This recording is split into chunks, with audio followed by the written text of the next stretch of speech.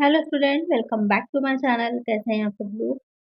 आप लोग की बैंकिंग ऑपरेशंस की क्लासेस आ रही थी, तो उसमें चेक तक मैंने कंप्लीट करवाया हुआ है कि चेक क्या होता है, कितने टाइप्स के चेक रहते हैं। आज की वीडियो में उसी के आगे हम स्टार्ट करेंगे जो आप लोग का चैप्टर 9 है, पृष्ठांकन एंडोर्समेंट क्या होता है, क्योंकि काफ़ी इंपॉर्टेंट चैप्टर है ये। इससे लॉन्ग क्वेश्चन भी आते हैं, शॉर्ट भी आते हैं, और अगर आपका एमसीक्यूज पेपर होने वाला है तो वहाँ पर भी आपको इससे क्वेश्चन देखने को मिलेंगे। तो क्या होता है एंडोर्समेंट, वो हमारे लिए जानना इम्पोर्टेंट है। तो आइए शुरू करते हैं, लेकिन शुरू करने से पहले चैनल को सब्सक्राइब जरूर कर लीजिए, जिससे कि आपको ये वीडियोस मिलती रहें। और फ्रेंड साथ वीडियो को शेयर भी कर दीजिएगा और वीडियो को लाइक भी कर दीजिएगा।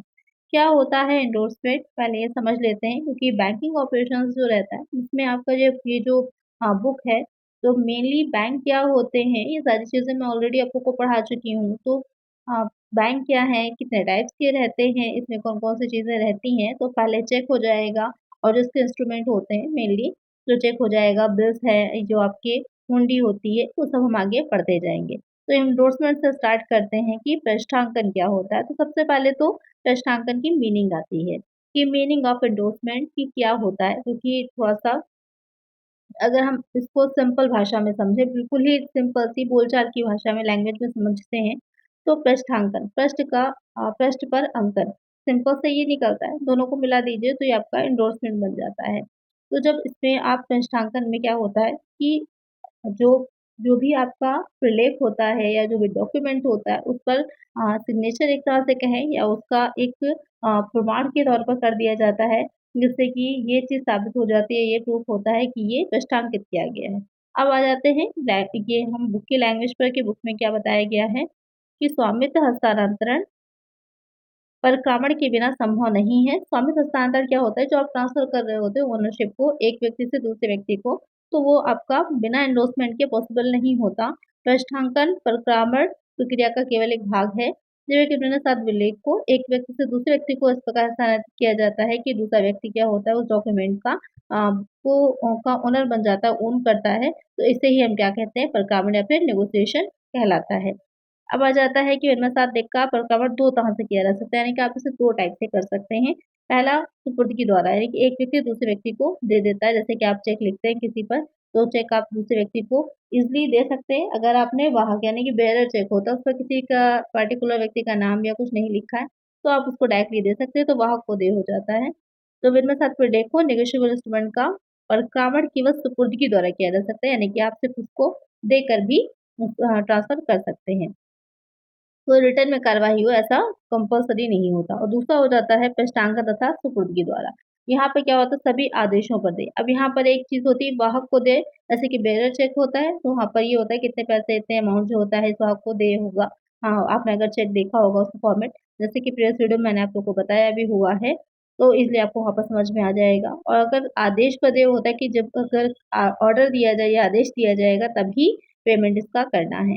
तो प्रलेखों का परिक्रामण धारक द्वारा पृष्ठांकन तथा सुपुर्दगी करके किया जा सकता है। तो कौन से 2 टाइप हो जाते हैं, एक आपका हो जाता है सुपुर्दगी द्वारा, और दूसरा हो जाता है पृष्ठांकन तथा सुपुर्दगी, यानी कि साथ-साथ पृष्ठांकन भी करना और सुपुर्दगी भी करना है। तो ये अब आपकी इतना समझ में आ गया होगा कि क्यों इम्पोर्टेंट होता है एंडोर्समेंट। ये डेफिनेशन नहीं थी, एक तरह से ये समझ आया गया है कि क्यों इम्पोर्टेंट हो जाता है एंडोर्समेंट, क्योंकि हमको जब एक्सचेंज करना होता है, किसी दूसरे व्यक्ति को देना होता है, ट्रांसफर करना होता है, तो वहाँ पर। अब आ जाते हैं कि पृष्ठांकन का अर्थ क्या होता है। तो जैसे कि भी मैंने आपको बताया ही था कि 2 शब्दों से मिलकर बना है पृष्ठ पर अंकन करना। इसको अंग्रेजी रूपांतर एंडोर्समेंट है। अब ये कहाँ से लिया गया है, तो ये लैटिन भाषा के एंडोर्सम से बना है। इसमें लैटिन भाषा में जितने भी आपने पढ़े हैं इसमें ज़्यादातर चीज़ों में होता है कि बैंक किससे बना हुआ है, या मनी शब्द है वो किससे बना हुआ है। तो यहाँ पर जो एंडोर्समेंट है वो आपका लैटिन भाषा के एंडोर्सम से बना है। तो लैटिन भाषा में इन शब्द का अर्थ होता है अपॉन अर्थात ऊपर, और डोसम शब्द का अर्थ होता है बैक अथवा पृष्ठभाग।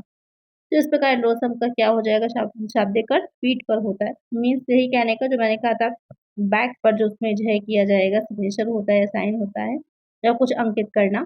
तो इनमें सादे लेख पत्र से इसे संबंधित करने पर एंडोर्समेंट या एंडोर्सम का अर्थ होगा लेख पत्र के पृष्ठभाग पर कुछ अंकित करना। वस्तुतः पृष्ठांकन लेख पत्र के पृष्ठभाग पर हस्तांतरणकर्ता अपने हस्ताक्षर कर देता है। वही चीज़ मैंने कही कि सिग्नेचर होता है मेनली यहाँ पर सिग्नेचर कर दे थोड़ा-सा बहुत ही डिफ़िकल्ट लैंग्वेज बना दी कि इसे समझ में नहीं आ रहा आपको। सिंपल सी कहने का मतलब ये है कि फर्स्ट पेपर उसपे सिग्नेचर कर दिए जाते हैं, तो ये माना जाता है कि एंडोर्समेंट कर दिया गया है। तो किसी प्रलेख का प्रत्यावर्तन करने के लिए उसके धारक के द्वारा ये आपकी मेनली डेफिनेशन समझ लीजिए या मीनिंग कहेंगे इसे हम।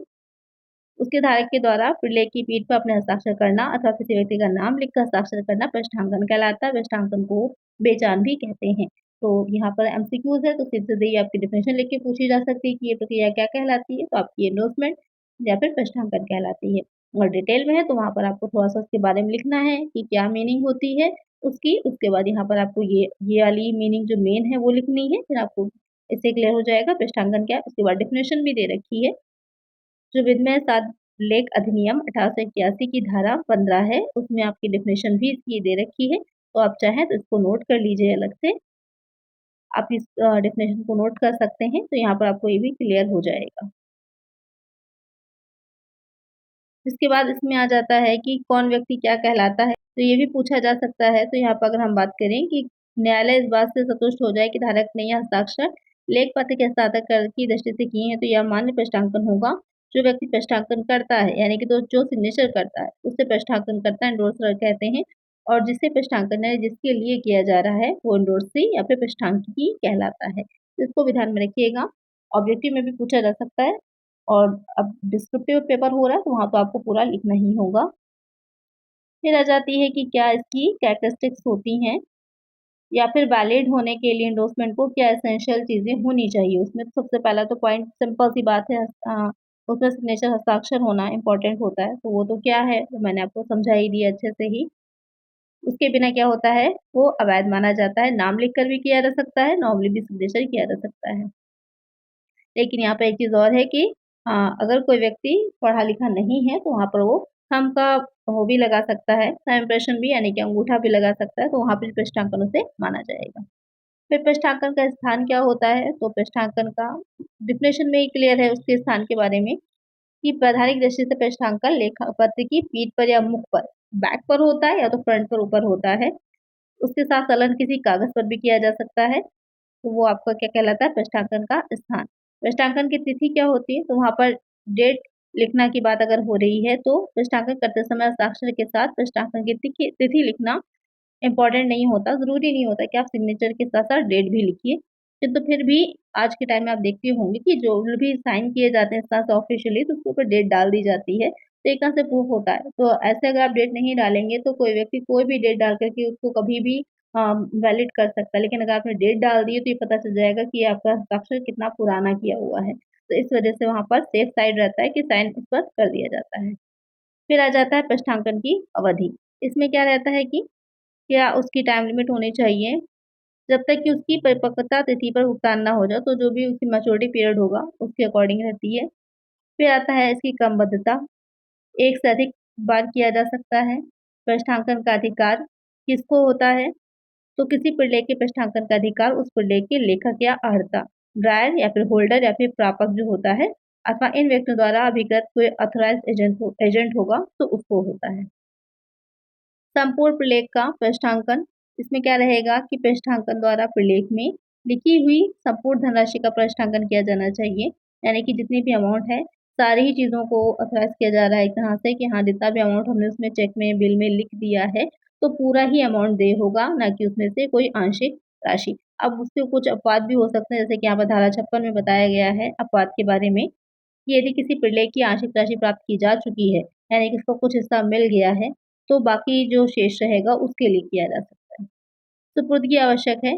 पृष्ठांकन तभी पूरा माना जाता है जबकि उसे पृष्ठांकिकी अथवा उसके अभिकर्ता को सुपुर्द कर दिया जाए, यानी उसे दे दिया जाता है, तभी उसे पूरा माना जाएगा। आपने उसको सिग्नेचर करके अपने पास ही रख लिया है, तो वहाँ पर उसको पूरा नहीं माना जाता। तभी एंडोर्समेंट पूरा माना जाएगा कि जो भी उसका होल्डर है आपने उसको दे दिया है। चलिए नेक्स्ट इसमें है पृष्ठांकन एक ही व्यक्ति के पक्ष में होता है कि एक उल्लेख का 2 व्यक्तियों के पक्ष में अलग-अलग पृष्ठांकन नहीं किया जा सकता, यानी कि संयुक्त नहीं होना चाहिए। आप यहाँ पर कहने का मतलब ये है कि जो पृष्ठांकन होता है, वो एक ही व्यक्ति के नाम पे या फिर अगर 2 व्यक्ति हैं, तो वहाँ पर मेंशन रहती है। यदि संयुक्त नाम में पृष्ठांकन किया गया है, तो वैध रहेगा, वरना एक नॉर्मल सिचुएशंस कंडीशंस जो होती हैं, वहाँ पर एक ही व्यक्ति के नाम पर होता है। अब प्रभाव क्या होता है इसका?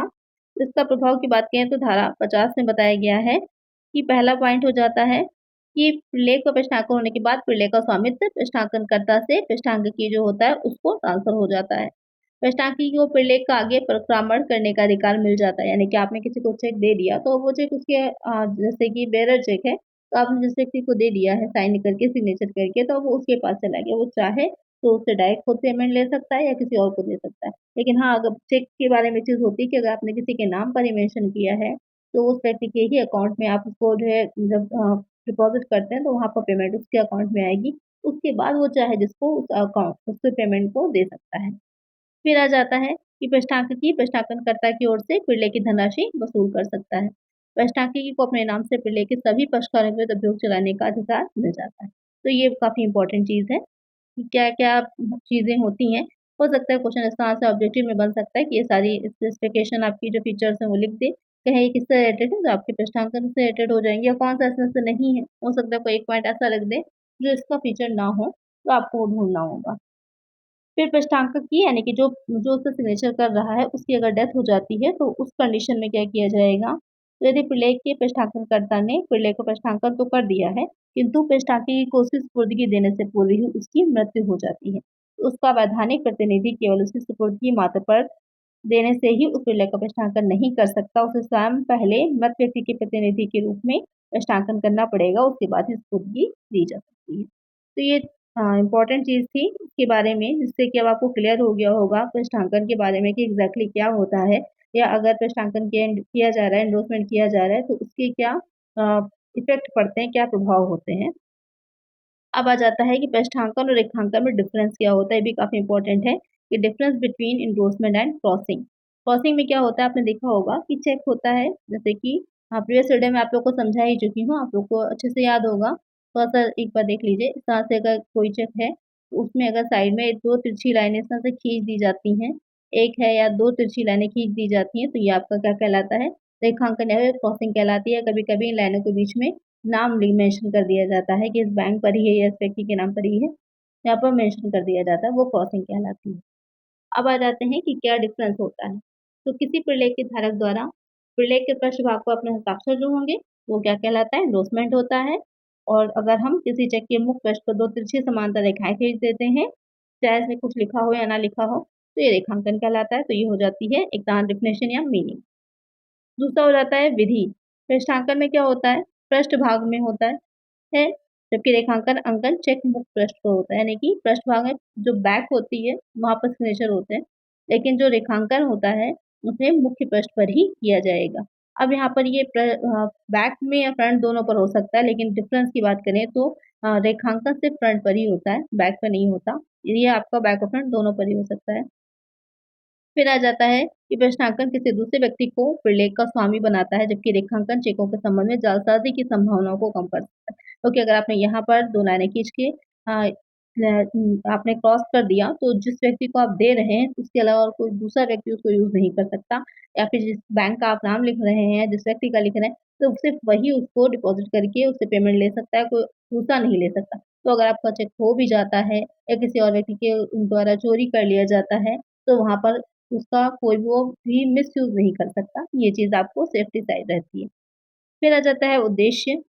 प्रश्नांकन का उद्देश्य एक आदेश प्रलेख का परिक्रामण करना है, जबकि रेखांकन का उद्देश्य क्या होता है, चेक के भुगतान को सुरक्षित करना होता है। यानी कि प्रश्नांकन अगर नहीं करेंगे तो आप ट्रांसफ़र नहीं कर पाएँगे, लेकिन रेखांकन में क्या होता है, सिर्फ़ उससे आप चेक का भुगतान करने को सुरक्षित कर सकते हैं। अगर आप नहीं करेंगे तो भुगतान तो तब भी हो जाएगा, लेकिन सिक्योर हो जाता है। उसके बाद नेक्स्ट आ जाता है कि चेक का प्रयोजन क्या होता है? तो पृष्ठांकन का प्रयोजन किसी दूसरे व्यक्ति को उस प्रलेख का स्वामित्व अंतरित करना है, जबकि रेखांकन का क्या होता है कि उसके भुगतान उस वास्तविक स्वामी को ही मिले, इस चीज़ को क्लियर करना होता है। महत्व क्या रहेगा? कि सभी विनिमय जो साध्य प्रलेखों का पृष्ठांकन किया जा सकता है, किंतु रेखांकन का महत्व चेकों पर ही है। विनय पत्र या प्रतिज्ञा पत्रों पर रेखांकन नहीं किया जाता। तो ये डिफरेंस हो जाता है। बहुत ही इम्पोर्टेंट पॉइंट है ये वाला, अगर डिस्क्रिप्टिव पेपर हो रहा है तो ये बहुत पूछा जाता है क्वेश्चन कि पृष्ठांकन और रेखांकन में क्या डिफरेंस होता है। उसके बाद आ जाता है आपका पृष्ठांकन के प्रकार कि काइंड्स ऑफ एंडोर्समेंट, कितने टाइप का एंडोर्समेंट होता है। तो यहाँ पर आप देख रहे होंगे कि काइंड्स दे रखे हैं, तो इसको डिटेल में हम नेक्स्ट वीडियो में पढ़ेंगे कि क्या इसके प्रकार होते हैं, ये जो है इसमें कौन-कौन सी चीज़ें आती हैं, क्या इसकी मीनिंग होती है, ये इसकी नेक्स्ट वीडियो जो आएगी वहाँ पर हम पढ़ेंगे। तो ये पार्ट 1 था, इसके और पार्ट भी आएँगे। थोड़ा-थोड़ा धीरे-धीरे पढ़ते रहिए, जिससे कि आपको कंप्लीट भी हो जाएगा और ईज़ी भी रहेगा। इसमें और किस सब्जेक्ट पर आपको वीडियोज़ चाहिए हैं, तो उसका नाम मुझे सब्जेक्ट का कमेंट कर दीजिएगा। लेक्चर भी आपको अगर चाहिए हो या फिर इसमें आपको थ्योरी चाहिए, सॉरी एमसीक्यूज़ वीडियोज़ भी चाहिए हो, तो नाम मुझे कमेंट कर दीजिएगा, किसी भी यूनिवर्सिटी से आप हो, तो उसी के अकॉर्डिंग आगे की वीडियोज़ मैं आप लोग के लिए लेकर के आऊँगी। तो आज की वीडियो में इतना ही। आई होप वीडियो अच्छी लगी होगी, हेल्पफुल रही होगी। अगर हेल्पफुल रही है तो लाइक ज़रूर से कर दीजिएगा और चैनल को सब्सक्राइब कर लीजिएगा। मिलते हैं नेक्स्ट वीडियो में। Thank you.